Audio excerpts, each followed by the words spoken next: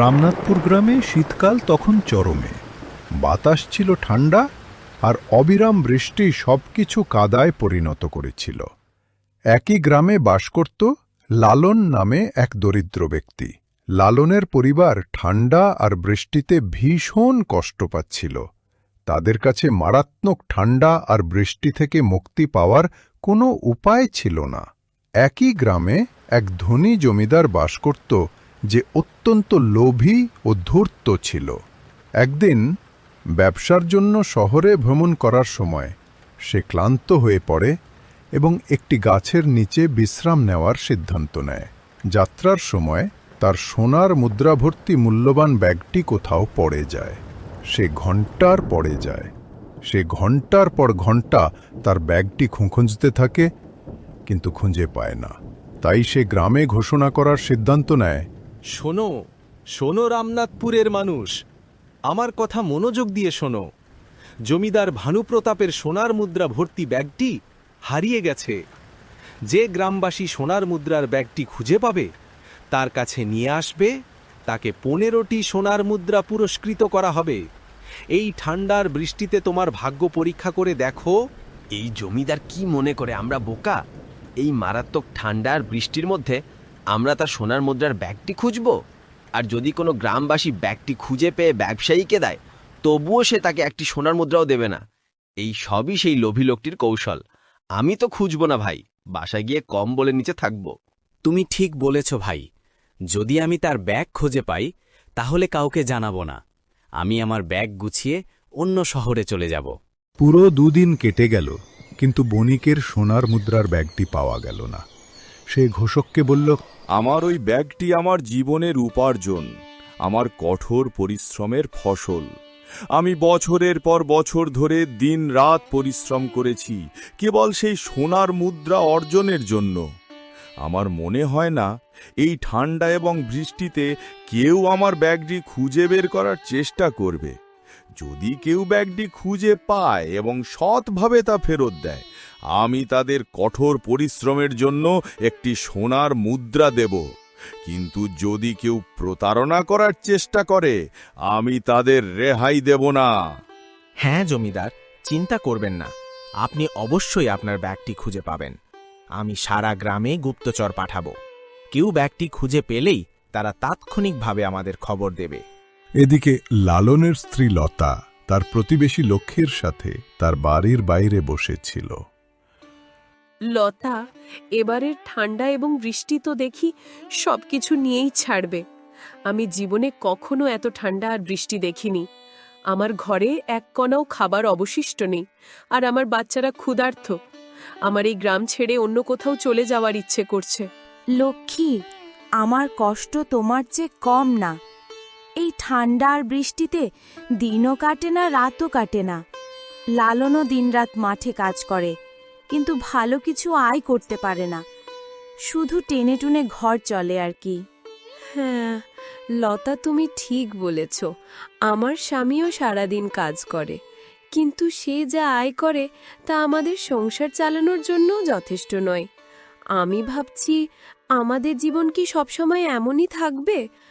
আমি ভাবছি কখন আমরা সেই দিন দেখতে পাবো যখন আমাদের বাড়িতে সমস্ত আরাম আয়েশ থাকবে। ঠিক আছে লতা, আমি আজ আসি। লক্ষ্মী সীতার ঘর থেকে বেরিয়ে যায়। ঠিক তখনই লালন আসে।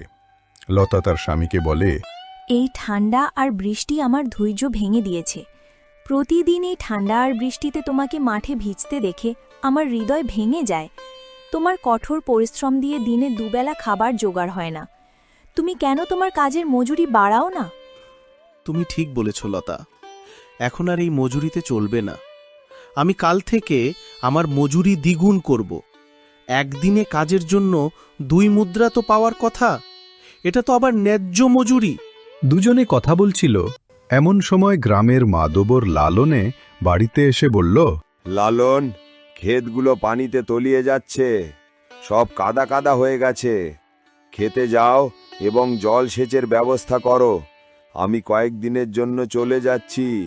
আমি ফিরে আসার আগেই কাজ শেষ করে রেখো। আমি আপনার কাজ করে দেব, কিন্তু এই ঠান্ডা আর বৃষ্টিতে ক্ষেত থেকে জল তোলা সহজ নয়। বৃষ্টিতে ঠান্ডায় আমার শরীর শক্ত হয়ে যায়, আর ক্ষেত থেকে জল তোলা খুবই পরিশ্রমের কাজ। তাই আমি আমার মজুরি বাড়িয়ে দিয়েছি। আপনি আমাকে একদিনের কাজের জন্য 2টি সোনার মুদ্রা দেবেন। আমার কঠোর পরিশ্রমের জন্য এটা আমার অধিকার, যাতে আমার পরিবার নিয়ে ঠিকঠাক মতো চলতে পারি।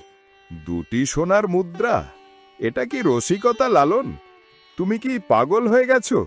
গ্রামের অনেকেই 1 সোনার মুদ্রার জন্য কাজ করে। আমি ভেবেছিলাম তুমি পরিশ্রমী এবং সৎ, তাই তোমাকে বললাম।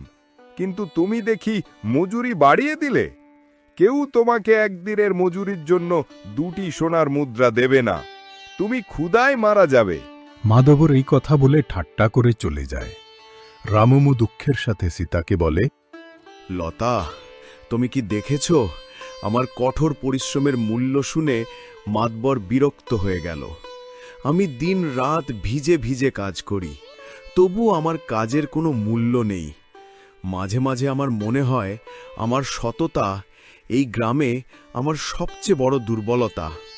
লালন, তোমার সততা দুর্বলতা নয়, এটা তোমার শক্তি।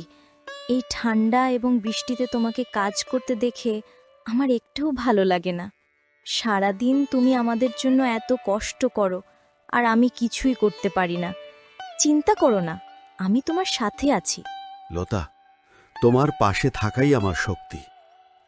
এখন থেকে আমি আজ থেকে 2 মুদ্রাই নেব। কেউ কাজ দিলে দিক, না দিলে না দিক। এই বলে লালন ঠান্ডা বাতাস এবং বৃষ্টির মধ্যে কাজ খুঁজতে বেরিয়ে পড়ে। পথে একটি কূপের কাছে সে একটি চকচকে ব্যাগ দেখতে পায়। সে এটি তুলে নেয় এবং দেখে যে এটি সোনার মুদ্রায় ভরা। মুদ্রাগুলি দেখে লালনের হৃদয় ধড়ফড় করতে থাকে। তারপর সে ভাবতে শুরু করে, এই মুদ্রাগুলি কার সম্পদ হতে পারে? এই ঠান্ডা এবং বৃষ্টিতে যে এগুলি হারিয়েছে, সে কতটা হতাশ হবে। যদি আমি এগুলি রাখি, তাহলে সম্ভবত আমাদের দারিদ্র্য শেষ হয়ে যাবে, কিন্তু আমার মনের শান্তি চিরতরে চলে যাবে। ইমানদারি হলো আমার সবচেয়ে বড় সম্পদ, এবং আমি কোনো কিছুর জন্য আমার ইমানদারি বিক্রি করব না। আমাকে এই ব্যাগটি তার মালিকের কাছে ফেরত দিতে হবে। তারপর লালন সোনার মুদ্রার ব্যাগ নিয়ে বাড়ি ফিরে আসে। কি হয়েছে গো? তুমি কাজ খুঁজতে গিয়েছিলে, তাহলে এত তাড়াতাড়ি ফিরে আসলে কেন? এই ঠান্ডা এবং বৃষ্টি কি তোমাকে অসুস্থ করে দিয়েছে, নাকি অন্য কিছু হয়েছে? আমার মন অস্থির হয়ে উঠছে। কিছু বলছো না যে? লতা, ঠান্ডা আর বৃষ্টি নয়, বরং আমার মন আমাকে অস্থির করে তুলছে। আমি রাস্তায় সোনার মুদ্রা ভর্তি এই ব্যাগটি পেয়েছি। এটা ঘরো কষ্ট করে উপার্জন করা টাকা। যে ব্যক্তি এই ব্যাগটি হারিয়েছে, সে নিশ্চয়ই এই ঠান্ডা আর বৃষ্টিতে খুবই চিন্তিত হচ্ছে। এই ভেবে আমার হৃদয় কেঁপে ওঠে। আমি এই ব্যাগটি আমি তাকেই ফিরিয়ে দেব, না হলে আমার মনের উদাসীনতা থামবে না। তুমি কি বলছো? কেউ কি কুড়িয়ে পাওয়া কিছু কাউকে ফেরত দেয়? ঈশ্বর আমাদের অভাবের কারণে এই ব্যাগটি দিয়েছেন। এই সোনার মুদ্রাগুলো আমাদের জীবন বদলে দেবে। আমাদের আর দুঃখ থাকবে না গো। আমি আর এমন জীবনযাপন করতে চাই না যেখানে আমাদের সবকিছুর জন্য আকাঙ্ক্ষা করতে হবে। কিন্তু লতা, আমরা কিভাবে অন্য কারো সম্পদ আমাদের কাছে রাখব? কে জানে লোকটা এই স্বর্ণমুদ্রাগুলো কেন রেখেছে? কে জানে সে হয়তো তার মেয়ের বিয়ের জন্য জিনিসপত্র কিনতে যাচ্ছে, অথবা হতে পারে হাসপাতালে যাচ্ছিল, তখন এই টাকার ব্যাগটা হয়তো তার পকেট থেকে পড়ে গেছে। লতা, যে কোনো কিছু হতে পারে, তাই আমার মন এই মুদ্রাগুলো রাখার সায় দিচ্ছে না। তুমি যদি এই ব্যাগটা ওই লোকটাকে ফিরিয়ে দিতে চাও, তাহলে তাই করো। কিন্তু আমার একটা শর্ত আছে। যদি তুমি 5 দিনের মধ্যে জানতে পারো যে এই মুদ্রাগুলো কার, তাহলে তাকে ফিরিয়ে দাও। যদি 5 দিনের মধ্যে খুঁজে না পাও, তাহলে এই মুদ্রাগুলো আমি আর ফেরত দিব না।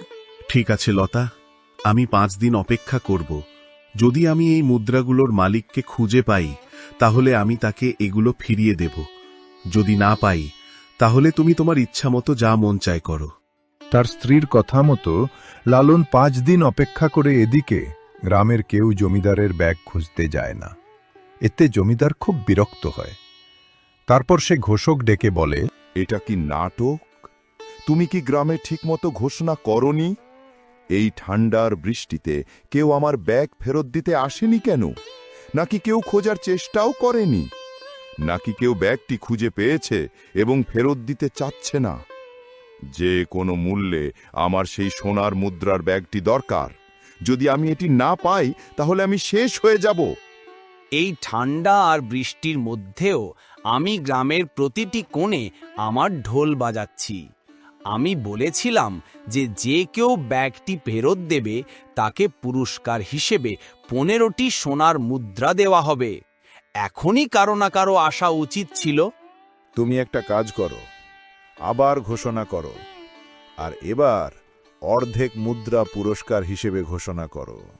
কিন্তু জমিদার মশাই, যদি আপনি অর্ধেক মুদ্রা পুরস্কার হিসেবে দেন তাহলে আপনার আর কি থাকবে? এতে আপনার কিছুই লাভ হবে না। সুবিধা হবে। যদি কেউ একবার মুদ্রা নিয়ে আসে তাহলে আমি তাকে চুরির অপবাদ দেব এবং তাকে একটিও মুদ্রাও দেব না। জমিদার মশাই, আপনার বুদ্ধির যতই প্রশংসা করি তা যথেষ্ট নয়। আর কাউকে কিছু দিতে হবে না। এখন আর দেরি করবেন না। দ্রুত গ্রামে ঘোষণা করুন যে যে মুদ্রাগুলি ফেরত দেবে সে অর্ধেক মুদ্রা পাবে। জমিদারের কথা মতো লোকটি ঘোষণা করতে বেরিয়ে পড়ে। শোনো শোনো শোনো রামনাথপুরের লোকেরা, আমার কথা মনোযোগ সহকারে শোনো। জমিদারের সোনার মুদ্রার ব্যাগ কোথাও হারিয়ে গেছে। যে কেউ ব্যাগটি খুঁজে বের করে জমিদারের কাছে ফেরত দেবে সে 15টি নয়, অর্ধেক সোনার মুদ্রা পাবে। এই সুযোগ বারবার আসে না। এই ঠান্ডা এবং বৃষ্টিতে দ্রুত ভাগ্য পরীক্ষা করে দেখো এবং ব্যাগটি খুঁজে বের করে জমিদারের কাছে ফেরত দাও। এরপর তুমি ধনী হয়ে যাবে। ঘোষকের কণ্ঠস্বর লালনের কানেও পৌঁছায়। সে দ্রুত তার বাড়িতে চলে যায়। লতা, এই সোনার মুদ্রার থলিটি আমাদের গ্রামের জমিদারের। সে ঘোষণা করেছে যে যে গ্রামবাসী তাকে ব্যাগটি ফেরত দেবে তাকে সে অর্ধেক সোনার মুদ্রা দেবে। না, কখনোই না। ওই জমিদার কখনোই এমন কাজ করবে না। জমিদার খুবই চালাক ও লোভী। সে তার সোনার মুদ্রার অর্ধেকও কখনো দেবে না। এটাই তার কৌশল। সে গ্রামের অনেক লোককে ঠকিয়েছে। আমি কি করব সীতা? আমি এই ব্যাগটি জমিদারকে ফেরত দেব না। জমিদার যদি এই বিষয়ে সামান্য টের পায় তাহলে সে আমাদের কাছ থেকে ব্যাগটি ছিনিয়ে নেবে এবং আমাদের সাথে দুর্ব্যবহার করবে। তাই আমাদের তার ব্যাগটি ফেরত দেওয়াই ভালো। এখন সে আমাকে আমার পুরস্কার দিক বা না দিক। ঠিক আছে, তোমার যা ইচ্ছা তাই করো। রামু বণিকের কাছে ব্যাগটি নিয়ে যায়। বণিক যখন রামুর হাতে তার সোনার মুদ্রার থলিটিটি দেখে তখন তার আনন্দের সীমা থাকে না। জমিদার মশাই, আমার নাম লালন। আমি আপনার সোনার মুদ্রার এই থলিটি কুয়োর কাছে পেয়েছি। আমি তোমাকে ফেরত দিতে এসেছি। এই নিন আপনার আমানত। আমি ভেবেছিলাম আমি আর খুঁজে পাব না, আমি শেষ হয়ে যাব। কিন্তু তুমি আমার ব্যাগ ফেরত দিয়ে আমার ব্যবসা বাঁচিয়েছ। আমার ব্যবসার জিনিসপত্র আগামীকাল আসছে। জমিদার যখন এই কথা বলছিল তখন সে ভাবতে শুরু করল, এই লালন আমার কাছে তার পুরস্কার চাইবে, কিন্তু আমি তাকে এমন শিক্ষা দেব যে সে তা চাইতে ভুলে যাবে। এই ভেবে বণিক সোনার মুদ্রা গুনতে শুরু করল। তারপর সে লালনকে বলল, এই ব্যাগে 100 সোনার মুদ্রা ছিল, কিন্তু এখন এতে 50টা মুদ্রা আছে। আমার মনে হয় তুমি আগে থেকেই তোমার পুরস্কার নিয়ে রেখেছ। ভালো করেছো তাহলে। যাই হোক, আমাকে তো তোমার পুরস্কার দিতেই হতো। জমিদারের কাছ থেকে এই কথা শুনে লালন ভীত হয়ে জমিদারকে বলল, জমিদার মশাই, এ আপনি কি বলছেন? এই ব্যাগে 100 সোনার মুদ্রা ছিল না, 50টি ছিল। যখন আমি ব্যাগটি খুঁজে পেলাম তখন আমি নিজের হাতে মুদ্রাগুলো গুনলাম। তুমি কি বলতে চাইছো আমরা মিথ্যা বলছি এবং আমরা তোমার পুরস্কার ফেরত দিতে চাই না? না জমিদার মশাই, ব্যাপারটা তা নয়। তাহলে ব্যাপারটা কি?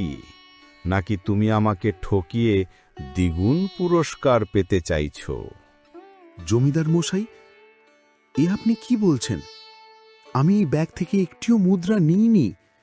যদি আমি চোর হতাম তাহলে কেন আমি এই ব্যাগটি আপনাকে ফেরত দিতে আসতাম? এই ঠান্ডা এবং বৃষ্টিতে আমার জীবন ঝুঁকির মুখে ফেলে আপনার ব্যাগটি ফিরিয়ে দিয়েছি। আমি এই গ্রামের একজন বিখ্যাত জমিদার, আর তুমি ইচ্ছাকৃতভাবে আমাকে অপমান করার চেষ্টা করছো। এখন আমি রাজার কাছে তোমার খবর দেব। আমি মিথ্যে বলছি নাকি তুমি, সেটা রাজামশাই বিচার করবে। মহারাজ, আমার সোনার মুদ্রা ভর্তি ব্যাগটি হারিয়ে গেছে। সেই ব্যাগে 100 সোনার মুদ্রা ছিল।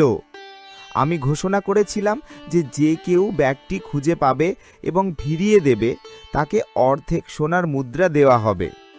লালন আমাকে ব্যাগটি ফিরিয়ে দিল, কিন্তু যখন সে আমাকে এটি ফিরিয়ে দিল তখন তাতে মাত্র 50টি সোনার মুদ্রা ছিল।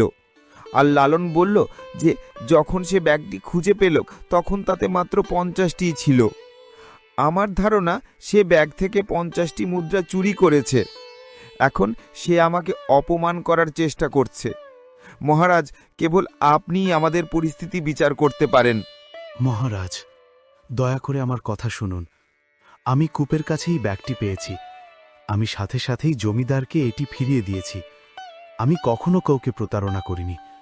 মহারাজ, আজ আমার মান সম্মান ঝুঁকির মুখে। আমি কেবল সত্যটা বের হওয়ার আসার জন্য অনুরোধ করছি। আমি গরিব কিন্তু বেঈমান না। আমাদের কাছে এই বিষয়ে কোনো প্রমাণ নেই। আমি এটি সঠিকভাবে তদন্ত করব। তোমরা দুজনেই 2 দিনের মধ্যে আবার আদালতে হাজির হও। এখন তোমরা চলে যেতে পারো। রাজা সেনা পাঠালো সেই জমিদারের চামচাটাকে ধরে সব কথা বের করার জন্য। 2 দিন পর রাজা তাদের দুজনকেই ডেকে বলেন, জমিদার, তুমি বলেছিলে তোমার ব্যাগে 100টি সোনার মুদ্রা আছে। তাহলে 50টি সোনার মুদ্রার এই ব্যাগটি কিভাবে তোমার হতে পারে? তুমি তোমার 100টি মুদ্রার ব্যাগটি খুঁজে বের করো, আর লালন 50টি সোনার মুদ্রার এই ব্যাগটি তুমি রেখে দাও। যদি এই মুদ্রার মালিক 2 সপ্তাহের মধ্যে ব্যাগটি দাবি করতে আসে তাহলে তাকে ফিরিয়ে দিও, অন্যথায় ব্যাগটি তোমার হবে। তুমি যখন ইচ্ছা তখন এটি ব্যবহার করতে পারো। রাজার কথা শুনে জমিদার রেগে যায়, কিন্তু সে কিছুই করতে পারে না। সে নিজের ফাঁদে পড়ে গেছে, তাই সে চুপচাপ বাড়ি ফিরে যায়। জমিদার চলে যাওয়ার পর রাজা লালনকে বলেন, লালন, আমি প্রথম দেখাতেই বুঝতে পেরেছি যে জমিদার ব্যাটা মিথ্যে বলছে। তাই আমি ওই ব্যাটার ডান হাতকে ধরে সব কথা বের করেছি। তুমি চিন্তা করো না, এখন এই ব্যাগটির মালিক তুমি। মহারাজ, আপনি খুব মহান। আমরা খুব ভাগ্যবান যে আপনার মতো একজন ন্যায়পরায়ণ রাজা পেয়েছি। রাজা লালনের উপর খুশি হয়ে রাজা তাকে আরও কিছু মুদ্রা দেয়। তারপর লালন বাড়ি ফিরে আসে। তারপর সে তার স্ত্রীকে বলে কিভাবে রাজা সেই লোভী ও প্রতারক জমিদারকে শিক্ষা দিয়েছিলেন। এই কথা শুনে সীতা আনন্দে আত্মহারা হয়ে যায়। এটা তোমার সত্যবাদিতা ও ইমানদারির ফল। আমি বিশ্বাস করতে পারছিলাম না যে রাজা আমাদের ওই মুদ্রাগুলো দিয়েছেন, আর এত টাকা তোমার সততায় খুশি হয়ে দিয়েছেন। কিন্তু এখন আমি চাই তুমি জমিদারের মুদ্রাগুলো ফিরিয়ে দাও। সে তার লোভের জন্য সে শাস্তি পেয়েছে। সে মিথ্যা বলার ফল পেয়েছে।